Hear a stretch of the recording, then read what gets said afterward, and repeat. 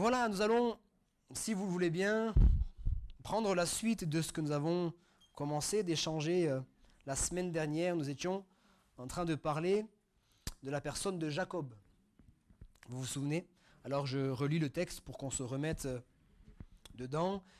Genèse chapitre 28, et on va lire à partir du verset 10. On lira jusqu'à la fin du chapitre, le verset 22. Jacob partit de Beer-Shéba et s'en alla à Charan.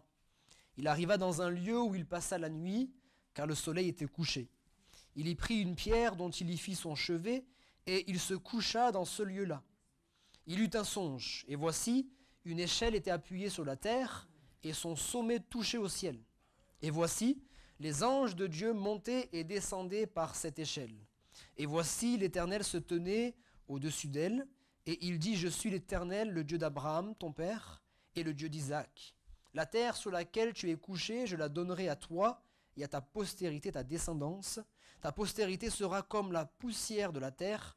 Tu t'étendras à l'Occident et à l'Orient, au septentrion et au Midi, et toutes les familles de la terre seront bénies en toi et en ta postérité.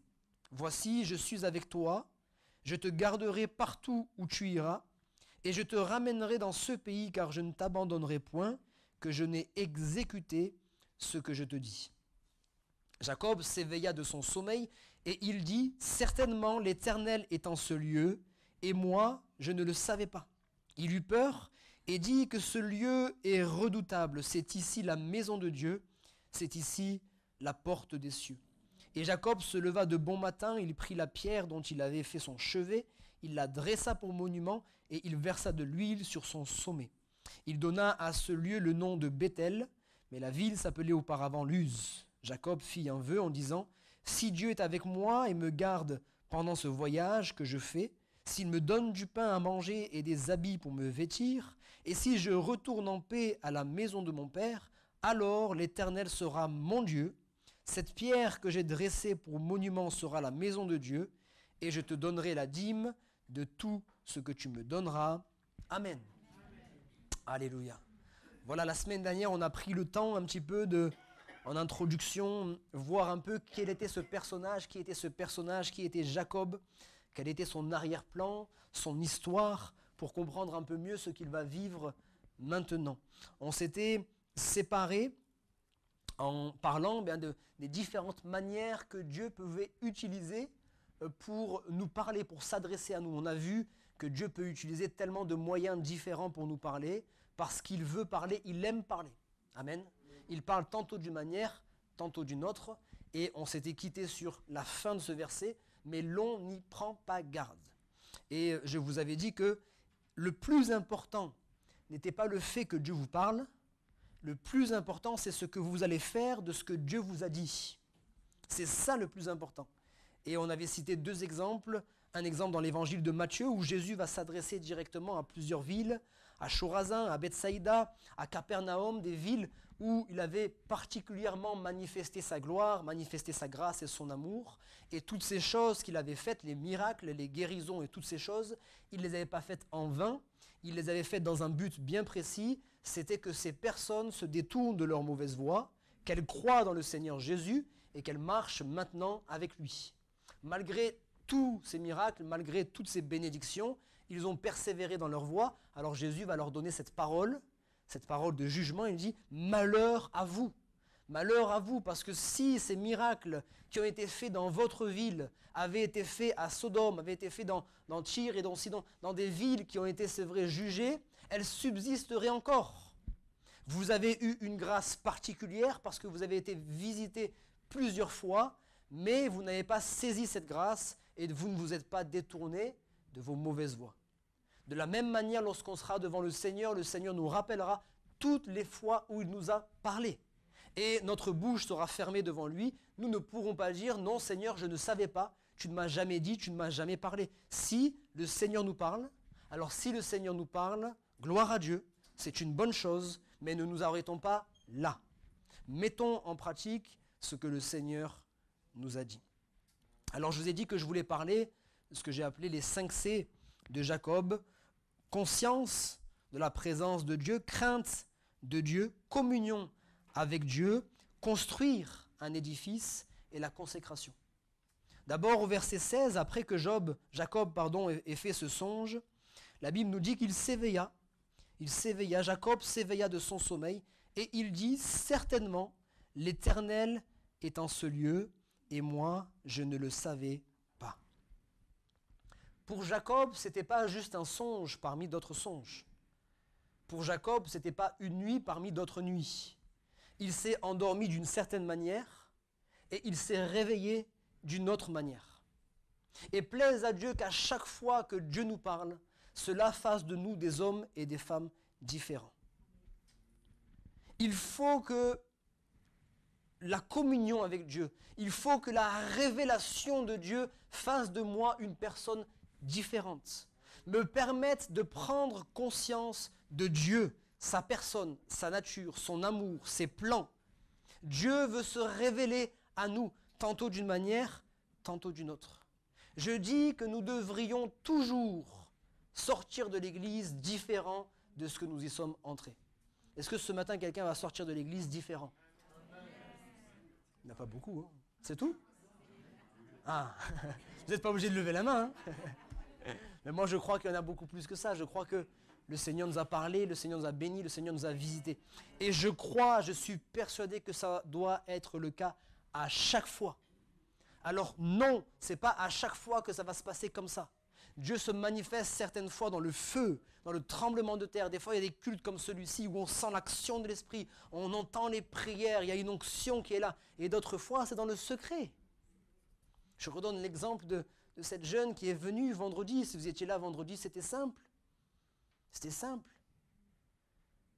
On a prié simplement, on a fait quelques cantiques et puis dans la simplicité, sans cri, sans rien du tout, cette jeune a commencé à parler en langue. Elle a été baptisée du Saint-Esprit. Alléluia. Mais je crois qu'à chaque fois que nous venons à l'église, nous devons sortir différents, bien-aimés. Si ce n'est pas le cas, c'est que réellement on a loupé quelque chose.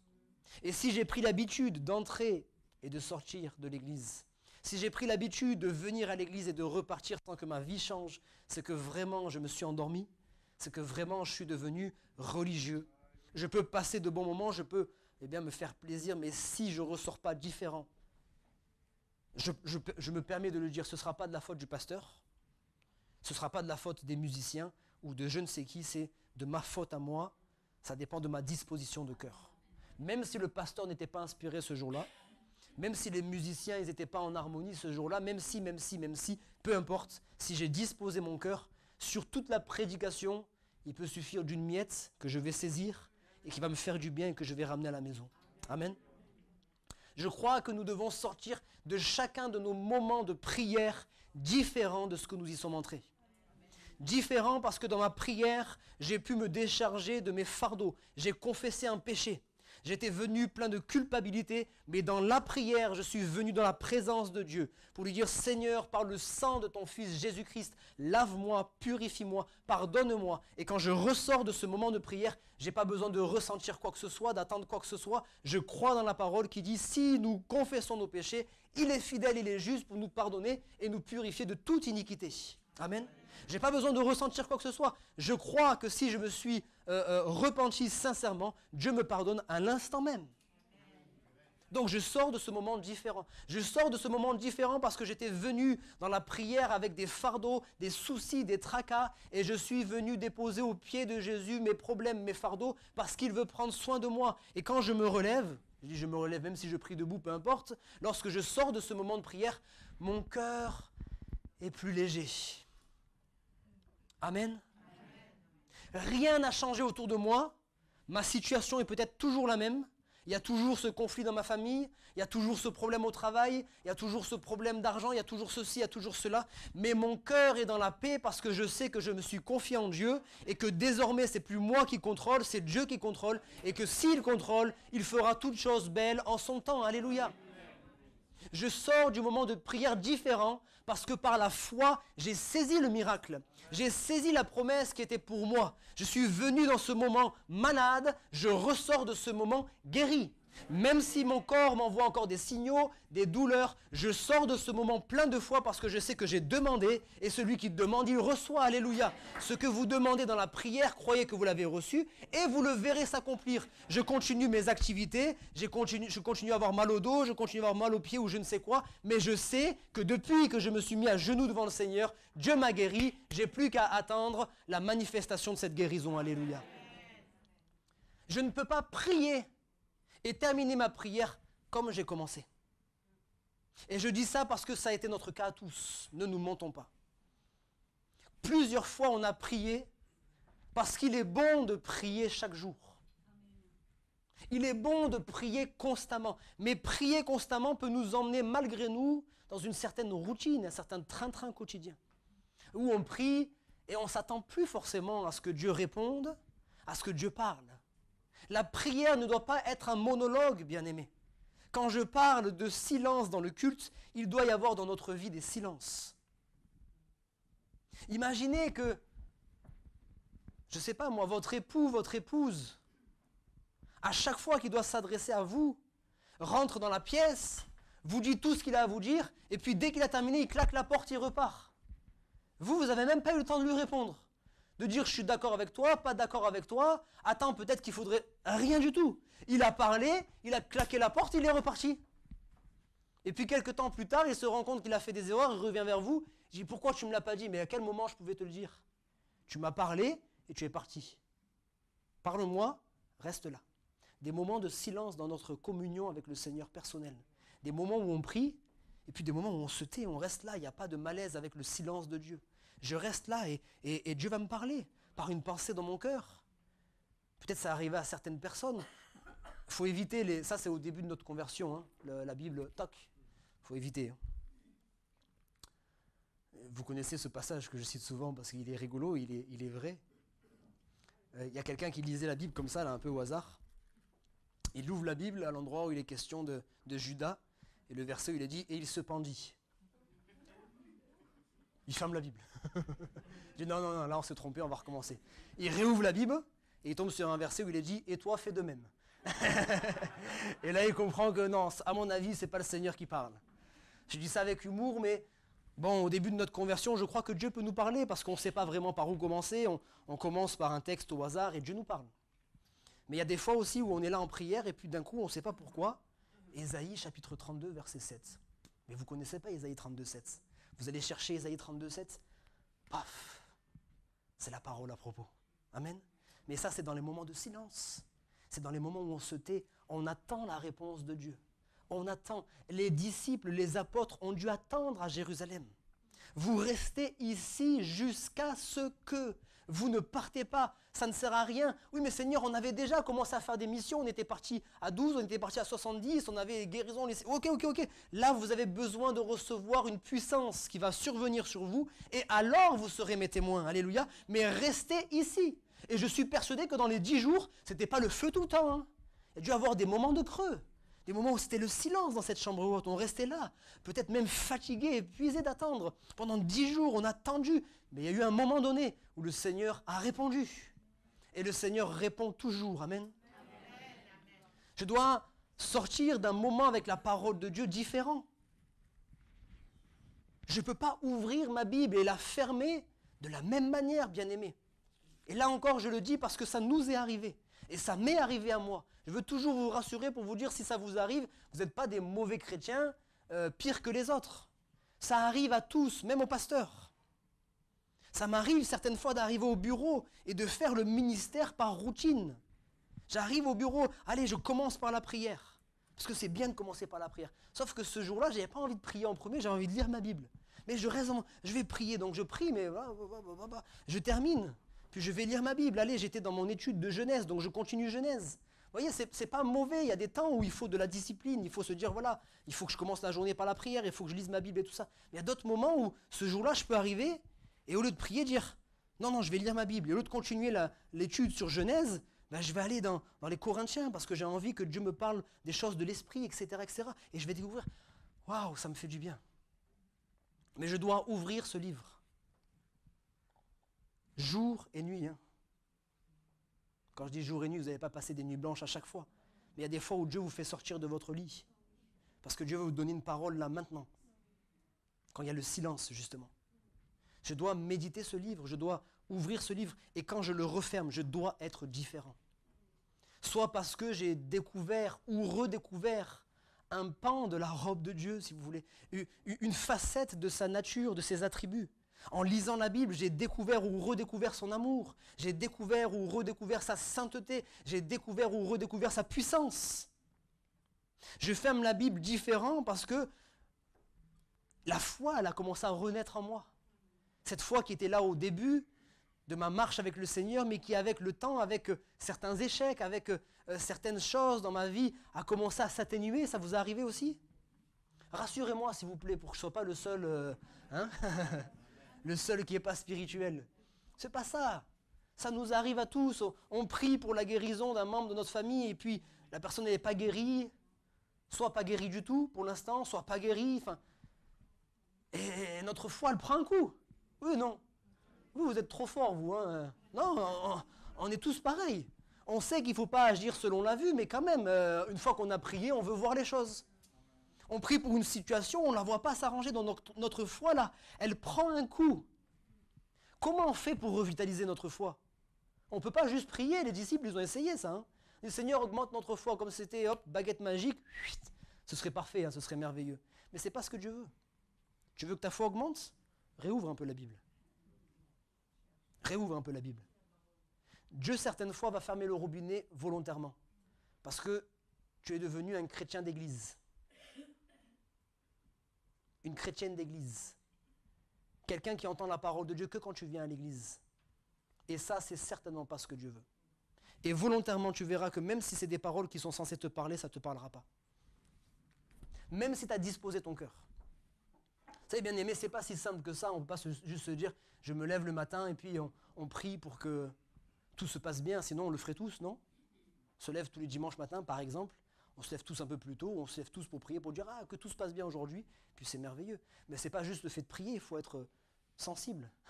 Il va rigoler. C'est mon beau-père qui m'a récupéré ce matin. Je sais qu'il m'a récupéré plein de feu, plein de zèle, plein de joie, plein de paix. Tellement plein de feu, il est venu, il est sorti de la voiture. Tac! Il y avait quoi juste à la sortie de la voiture? Il m'a dit, là, j'ai pas envie de chanter des cantiques. Hein. Là, j'ai pas envie de chanter des cantiques. Avec mes belles chaussures, là, toutes neuves. C'est des petites choses comme ça. On en rigole, je lui ai dit, mon frère, ne te laisse pas détourner.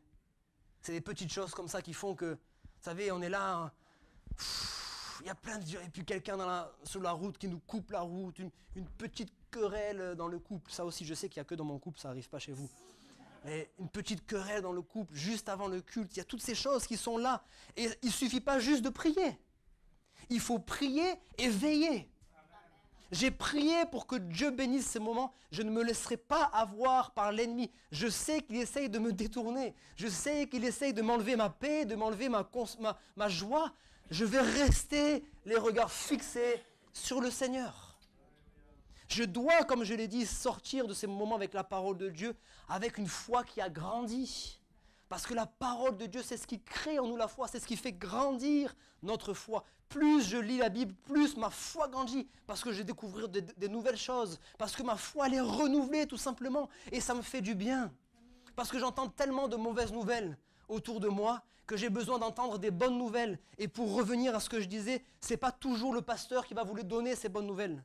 Le Seigneur veut que tu ailles chercher dans sa parole. Et si tu continues à être le chrétien du dimanche, la chrétienne du dimanche, le Seigneur ne te parlera plus parce qu'il veut te parler à toi personnellement. Ce n'est pas suffisant qu'il te parle à l'église. Je le dis à chaque fois, c'est un exercice difficile de prêcher le dimanche matin. Même à toutes les réunions. Pourquoi? Parce qu'on a une parole, mais 60 personnes différentes devant nous. Je ne peux pas prêcher chaque dimanche un message qui va... parler à tout le monde, c'est pas possible. Vous avez des vies différentes, des niveaux spirituels. Quand je parle de niveau, j'aime pas ce terme, mais vous le comprenez, un degré avec le Seigneur différent, etc. Des combats différents. Donc je ne peux pas parler à tout le monde à chaque fois. Et si vous n'avez pas pris de temps dans la semaine pour que Dieu vous parle, alors vous serez faible spirituellement. Alors la moindre épreuve dans votre vie va vous faire chanceler.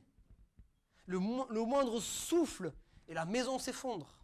Vous avez besoin de construire votre maison sur le roc, sur la parole de Dieu. Et pour cela, Jésus l'a dit, il ne suffit pas d'écouter, il faut l'écouter et mettre en pratique ce que vous avez entendu. Plaise à Dieu, bien-aimés frères et sœurs, qu'à chaque fois que nous prenons un temps dans sa présence, que ce soit dans la prière ou dans l'étude de la parole, que nous y en sortions différents. Différents. Amen. La Bible comme un miroir. La Bible qui ne me révèle pas que des choses que j'aime. Et ça aussi, permettez-moi de m'arrêter juste un instant sur ça, parce que quand on prend du temps avec Dieu, on veut prendre du temps pour que ce soit bien, non? C'est vrai ou pas? Quand vous prenez du temps avec Dieu, je veux rester une demi-heure, 1 heure dans l'étude de la parole de Dieu. J'aimerais bien rester une demi-heure, 1 heure dans un sujet qui me plaît quand même. Une demi-heure, 1 heure à ce que Dieu me révèle les choses de l'esprit, ce que Dieu me révèle la guérison et tout ça, c'est merveilleux. Mais quand je commence ce moment et que par X moyen, soit par une pensée dans mon cœur, tu veux commencer à lire la Bible et puis tu te souviens de cette chose qui est dans ta vie et qui déplaît à Dieu.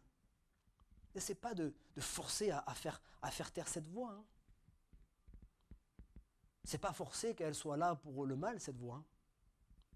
Peut-être que cette voix, c'est l'Esprit de Dieu qui est en train de te parler. Qui dit, tu vois ça, je veux que tu le changes.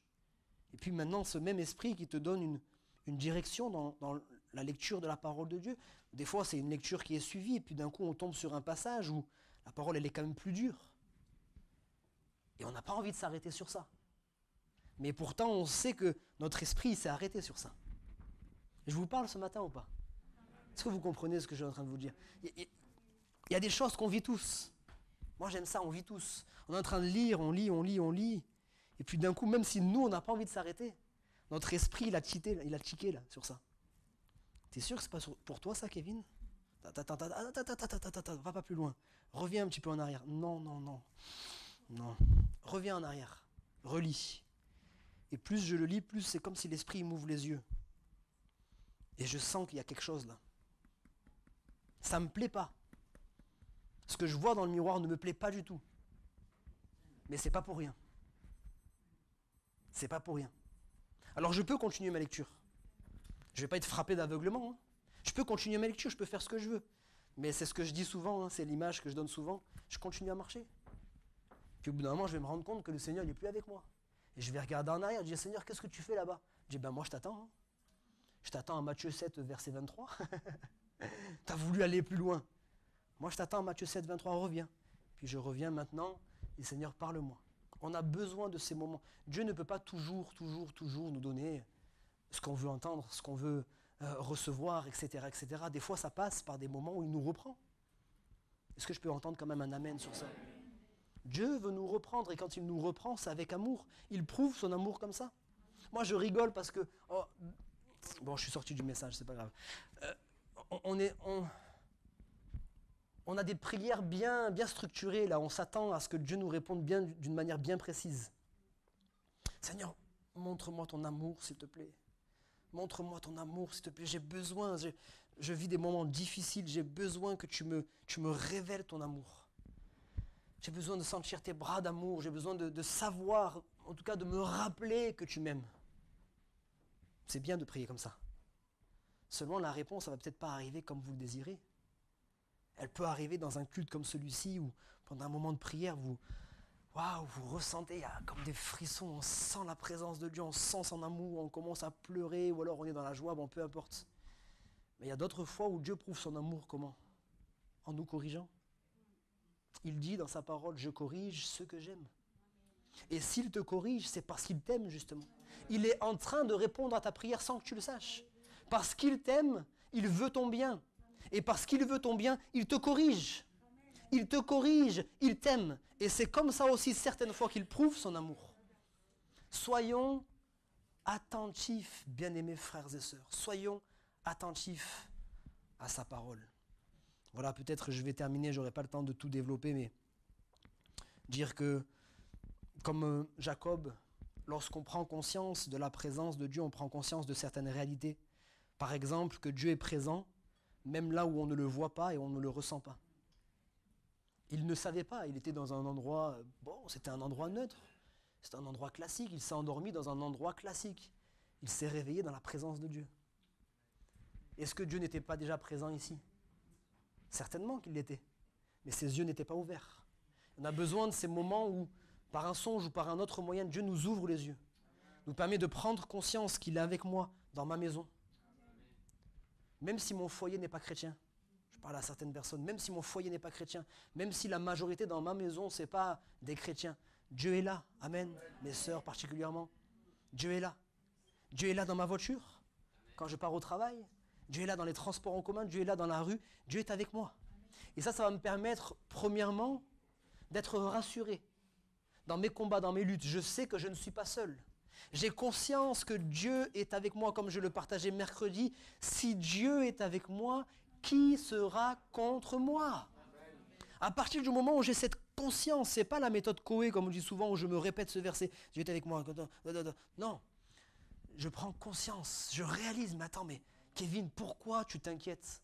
Mon âme, pourquoi t'as battu? Pourquoi t'inquiètes-tu? Dieu est avec toi. Qui peut te résister? Qui sera contre toi? Ça va me permettre d'être rassuré et ça va me permettre aussi d'éviter de désobéir à sa parole. Parce que quand on a conscience que Dieu est là, on tremble de la bonne manière. Je n'ai pas le temps de développer, mais c'était ça le deuxième point. La crainte de Dieu. La conscience de la présence de Dieu, la conscience de Dieu crée obligatoirement la crainte de Dieu. Mais la crainte de Dieu est différente de la crainte de la religion. La crainte de la religion, ce n'est pas une crainte, c'est une peur. Certaines fois même, on est tétanisé. On a peur de faire un faux pas. On a peur de faire le mal parce qu'il y a la punition, parce qu'il y a la sanction, parce qu'il y a le châtiment. Mais la crainte de Dieu, c'est juste un saint respect. J'ai conscience de la sainteté de Dieu. Et comme disait notre sœur, c'est vrai, quand j'agis par la peur, j'agis souvent mal. Quand j'agis par l'amour, j'agis souvent bien. Je ne dois pas avoir une crainte de Dieu qui est une peur, mais une crainte de Dieu qui est un amour pour mon Dieu. Je veux lui plaire, je veux lui être agréable. Alléluia. Et ces choses-là, elles se découvrent dans des temps de cœur à cœur avec chacun d'entre nous. Ce message aussi simple, peut-être il n'était pas très ordonné, mais ce n'est pas grave. Qu'on puisse le garder dans nos cœurs, bien-aimés frères et sœurs, vous qui êtes là ce matin. Que vous puissiez avoir de plus en plus ces moments. Soyez mal poli, comme je vous le dis souvent. C'est le pasteur qui vous a dit, vous pouvez être mal poli. Soyez mal poli. Certaines fois le soir, alors que vous êtes en famille, vous êtes peut-être juste à 2 ou 3, vous dites, allez, c'est bon. Ce soir, je sens que j'ai envie de faire autre chose que regarder les informations, j'ai envie de faire autre chose que regarder un film, j'ai envie de faire autre chose que de discuter. J'ai juste envie de m'enfermer dans ma chambre. Vous me permettez? Normalement, ils vont vous permettre. S'ils ne vous permettent pas, ce n'est pas grave. Il y a des moments où il faut juste se dire, voilà, c'est maintenant, je le sens. Et, allez, excusez-moi, je suis un peu plus long ce matin, mais ce n'est pas grave. Vous savez, si vous vous endurcissez votre cœur, parce que je sais, j'en suis persuadé que Dieu vous a déjà parlé comme ça. Je le sais avec chacun d'entre vous. Je sais que Dieu vous a parlé à chacun d'entre vous. Il y a eu des moments comme ça où vous savez que là, à ce moment-là, il faut aller prier, il faut aller lire la Bible. Il y a quelque chose qui fait que vous ne forcez pas, vous avez envie de le faire. Mais je sais aussi, sans vous connaître, sans être avec vous tous les jours, je sais qu'il y a eu des moments où vous avez posé un lapin à Dieu. Vous n'avez pas répondu. 1 fois, 2 fois, 3 fois.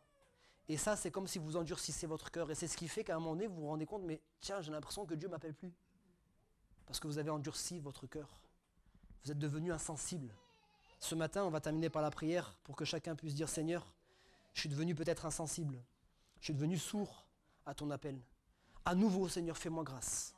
Et appelle-moi comme autrefois, comme tu le faisais. Et maintenant, quand tu m'appelleras, je le ferai, je viendrai. Je viendrai, des fois, ce n'est pas des heures entières, il ne vous demande pas de veiller toute la nuit.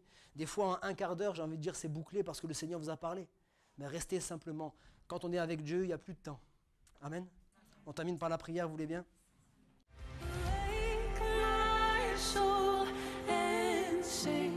Sing his praise aloud. Sing his praise aloud. Oh, awake my soul and sing. Sing his praise aloud. Sing his praise.